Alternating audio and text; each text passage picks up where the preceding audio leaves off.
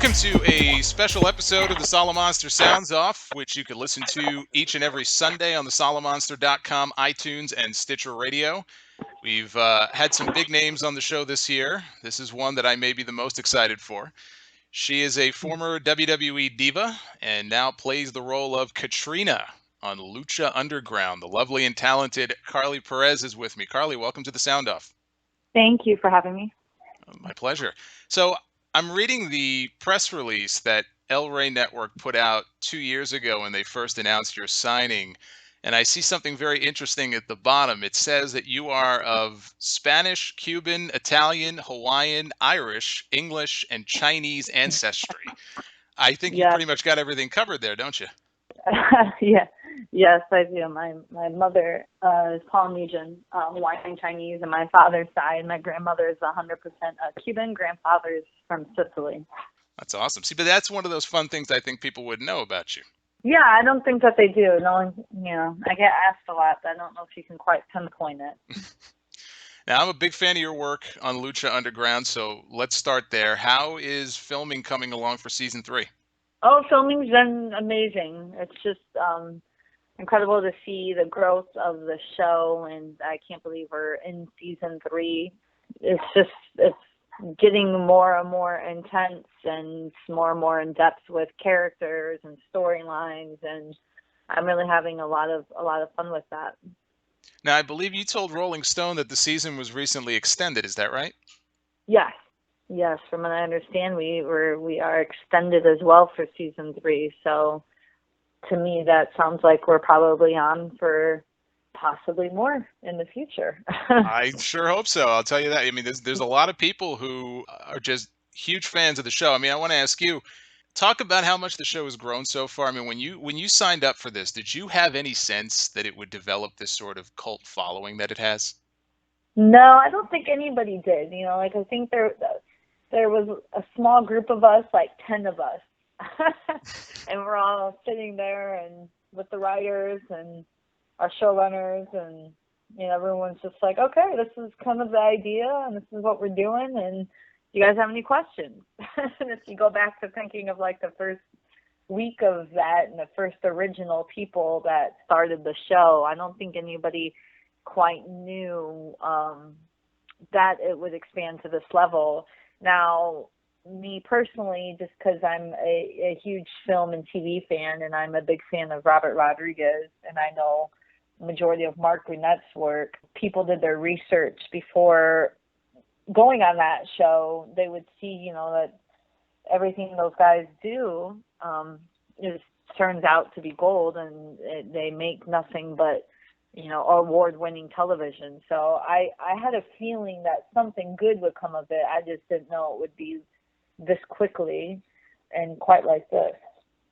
Well, you mentioned Mark Burnett and Robert Rodriguez. I mean, was it that made you go, hey, I have to be a part of this, or was it something else? No, it was that 100%. It really was, because the way that they explained it to me, it was going to be, in my mind, it was going to be different. It wasn't going to be your typical wrestling style show or anything that had been done before. And I like to take risks and do things a little differently. And I'm sure fans have learned by now, I love the entertainment wrestling aspect of it, but I absolutely love, character development and the acting aspect of it.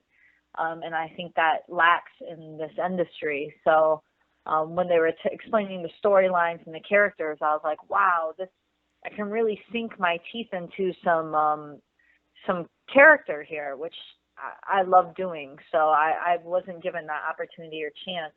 Not too many people are in other wrestling companies, but this is actually a TV show that happens to have half of what I love, wrestling, and the other half of what I love, acting. So you're able to do both. So I'm curious, did you watch wrestling when you were younger, and that's how you ended up in WWE originally, or was it just something you sort of fell into along the way in looking for different acting gigs? It was something I fell into along the way. I actually wasn't in the entertainment industry at the time. I was working for the state attorney's office in Florida. I went to school for criminology. I wanted to be a PI.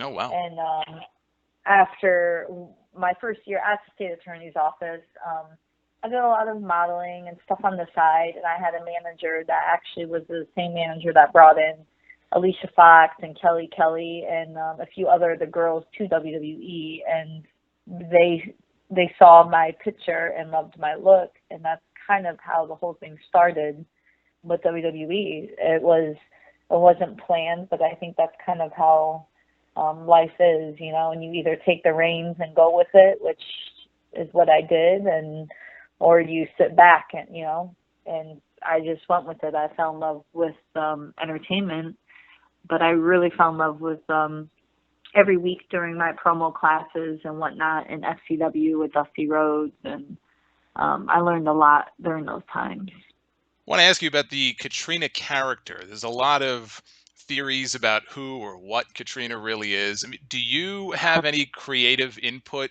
into the character, whether it be the way she looks, the way she dresses? I mean, something like, for example, the Lick of Death, which everybody asks about, I'm sure. I mean, is that something that you come up with yourself, or do they come to you and say, hey, listen, we've got this great idea. You know, we want you to go around licking people's faces? No, they ask. They're so funny. I was just asked the other day by one of our showrunners, do you ever, it was my idea, the Lick of Death, and he asked me the other day, he's like, do you ever wish that you would have thought of anything else but now the lick, the Lick of Death? And he started laughing, and I was like, who would have thought it would have gotten to this?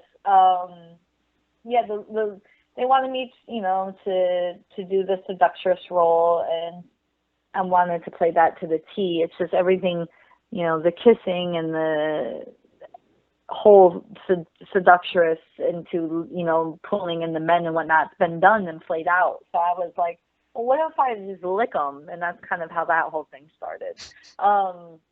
The look, they are very open, and they actually, every season I come back as a new Catrina, and they see it for the first time when I first show up. So I have the reins in that, and they trust it, and I'm happy that they do. I want her to come back different every time. She's the one character that doesn't stay the same, and it's just for different reasons. Every time there's something different or changing about her or evolving in the season. So to me, you wouldn't stay the same. So they allow me to do that. I have a lot of say in the character, only because now I'm thankful that they trust my opinion, and they, in their minds, you know, the writers who I'm very close with say nobody knows the character better than you. And that's where the leeway comes in with, you know, I think with anybody in this field of work, you know, sometimes they're put into gimmicks that just don't work, and they're taken out of the ones that do. And if you just allow people to be them and kind of explore that, you probably get much better product. Was this a role that you essentially had to come in and audition for, or was this part, did they know that you were the person for this part? They just offered it. They knew, and I'm thankful for that. That was Krista Joseph remembering me from my Maxine days in WWE. So he said, I know you can pull this off, and we want to offer it to you. So I jumped on it. Now, one of the best things about the show is how strong the female characters are portrayed. I've said before, you know, there's no other wrestling promotion, TV show, call it whatever you want, that promotes its women as strong as Lucha Underground does. Do you think Robert Rodriguez, you mentioned him a little while ago, do you think he has something to do with that, given, you know, that a staple of a lot of his films is that strong female lead? Yeah, and that's what I mean, I love everything Robert does, and he always has strong female leads. Possibly, you know, I'm not sure who really pushed how strong the females are, or just the fact that we just generally have strong females, and they're like, wow, you know, these girls can really pull their weight and go down. Let's just start opening up these storylines like that. You know, we're put in, even my character, you know, I started out as, not necessarily that she wasn't strong, but, you know, I started out as the valet for Mill, and, you know, season 1 was just like a little eye-opener, and then by season 2, grew even more, and now into season 3 it's coming into a whole nother level. So maybe as they see you evolve and see that you can pull the weight, which all the females can on the show, we all bring different things to the table. So I'm thinking Robert probably had definitely something to do with it, and I'm very happy about that. I kind of feel like I'm the dam of the show, which I love. Yeah, I mean, I don't know how hands-on he is or isn't with the show, but I think it would almost be too coincidental, just given his background, and you watch the show, and that's one of the things I think about the show that really kind of jumps out at you.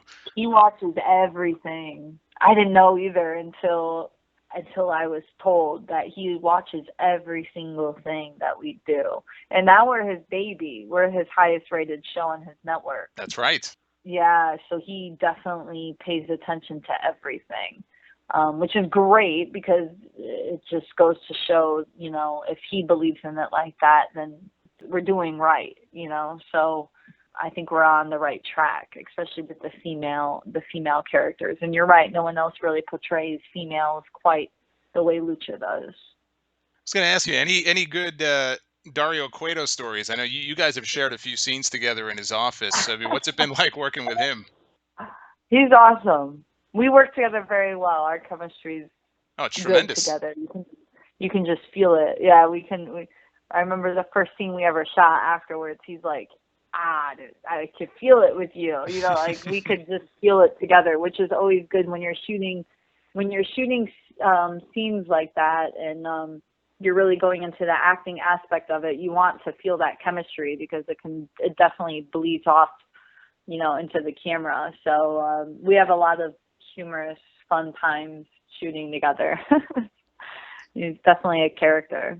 He's perfect in that role. I don't know, who found him or what the whole story there is, but he auditioned for that role. There was a casting call for that one, and he auditioned for that. And he is perfect for it. He is Dario Cueto. I mean, he's definitely. I look at him and I'm like, all the way, see it. Oh yeah, you definitely buy into it. You were part of that never-ending season of NXT Redemption. This was back when NXT was very different then than it is today. I went back, I watched some of those segments because it's been years, and I knew we were going to be talking. And it seemed like you guys, everybody who was part of that season, but you and a couple of others in particular, had a lot of free reign to kind of do some of the most ridiculous stuff ever. I mean, would that be accurate to say? Oh yeah. It definitely was. Me, Johnny Curtis, and Derek Bateman were definitely free range on that show, thanks to our writer Tom at the time. That show went forever. That show was more entertaining than anything they had though at the time. So it was just the fact that no one saw it, But it was definitely, if we go back and watch some of those segments, they get me every time. I forget about them until they're sent to me or I see them and I'm like, oh my gosh, that's right, we did that. Well, I think you were part of like 2 different weddings, I think, over the course of this season. One of them was mine, yeah. Part of 2 different weddings, one being mine, and Stryker was dressed as Elvis. That's right. And they broke up that wedding, and it was just lots of slapping in the faces, lots of crazy hissy fits I threw. Maxine was definitely a character at that time. Well, I remember Betamax from that season. You mentioned, I had to bring this up. You mentioned Derek Bateman a minute ago. Obviously he went on to become EC3 in TNA and just completely, I mean, he just transformed himself. Now, do you two still keep in touch at all? I know you made an appearance at I think it was a Knockouts pay-per-view they did a couple of years back, and the two of you did a segment together.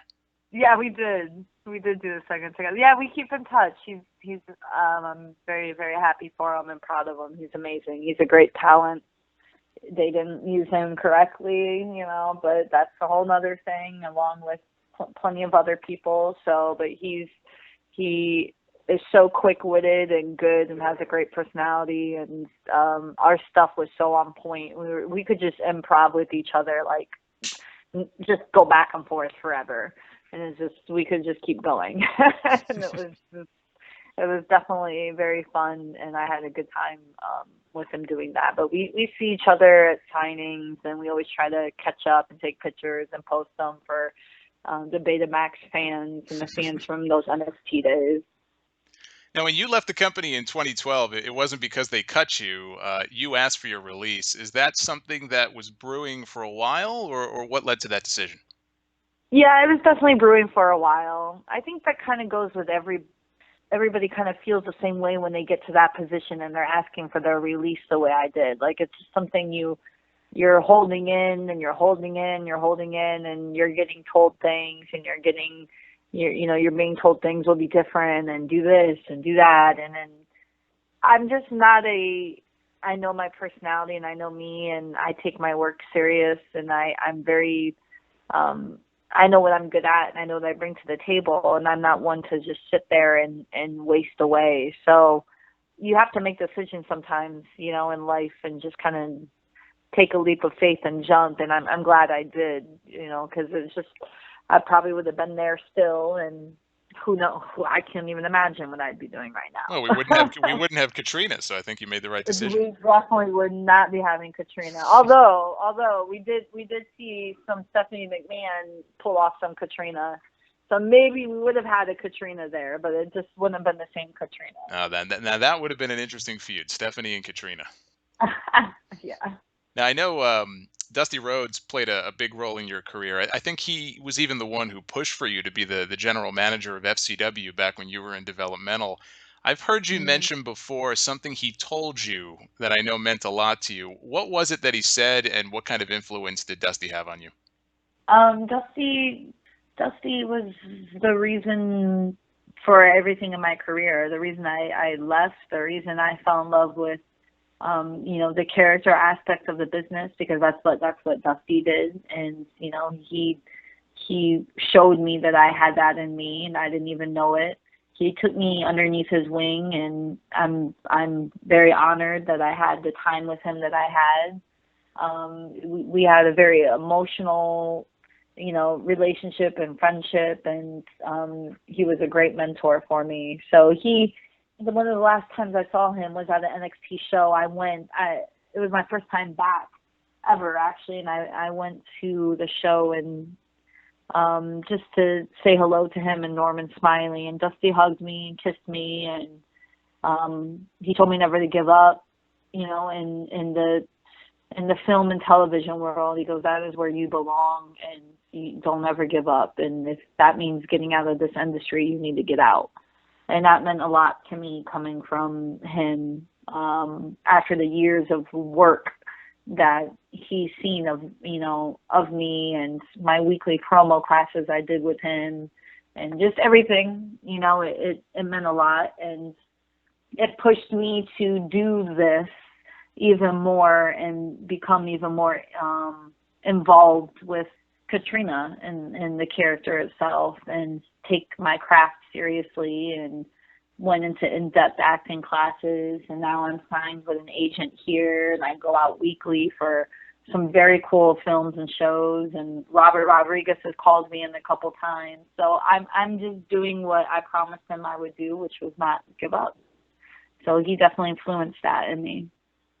One last WWE thing before we move on off that and wrap it up. I only heard about this the other day, so I'm interested to get your take, even if it's just the Cliff Notes version. This whole Oksana thing when you were over there. Now, my understanding of it is that you came up with a storyline for yourself, because I'm sure you were probably either bored or frustrated they weren't doing anything with you. You came up with this whole idea. You pitched it to the powers that be. And then something like the next day, I think she ended up going to the main roster with it.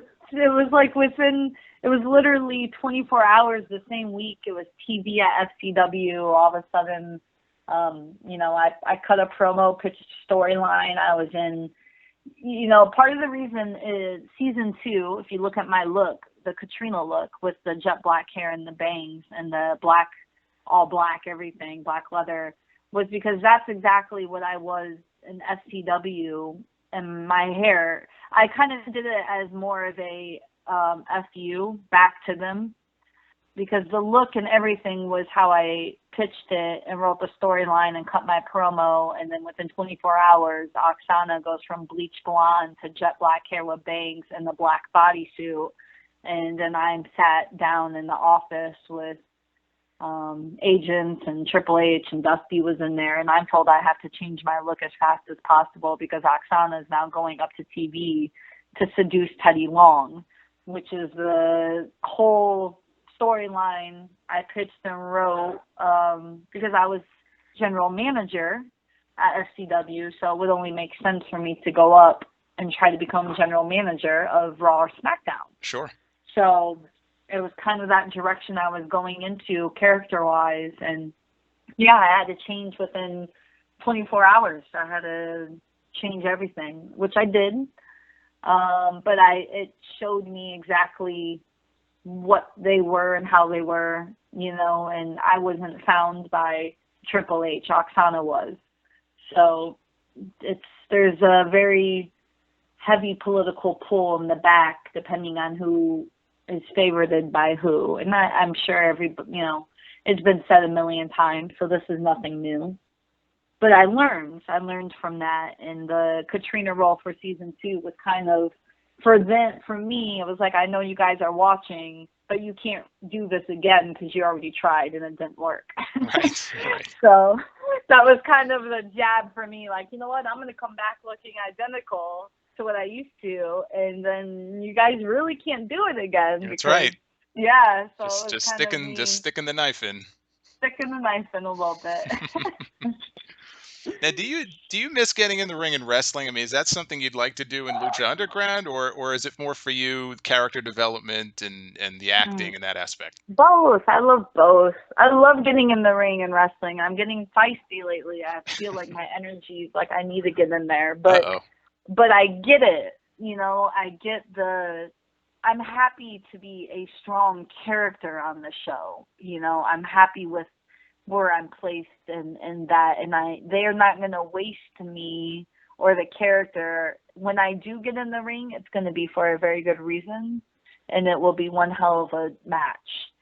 So it's just, don't do it just to do it, Now it's been, we're going into season, we're in season 3, going into season 4, most likely. So it's like, it's been going so long.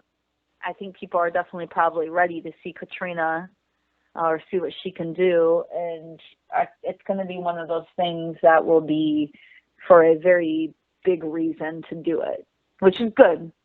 Well, maybe Catrina and Ivelisse. You never know. Yeah, maybe Catrina and Ivelisse. There's definitely been some plotting there for sure. So what's going on in the world of Carly right now? I mean, any upcoming projects outside of wrestling you could tell us about? Well, I just read yesterday. I mean, I get these all, I read for a feature film yesterday. You usually hear your agent will call you back on those at any time. The pilot season just ended. I went out for quite a few stuff during pilot season.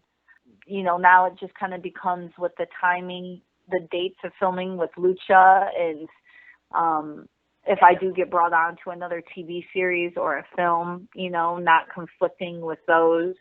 But that is my goal now, is to have 2 opposite ones kind of going at the same time.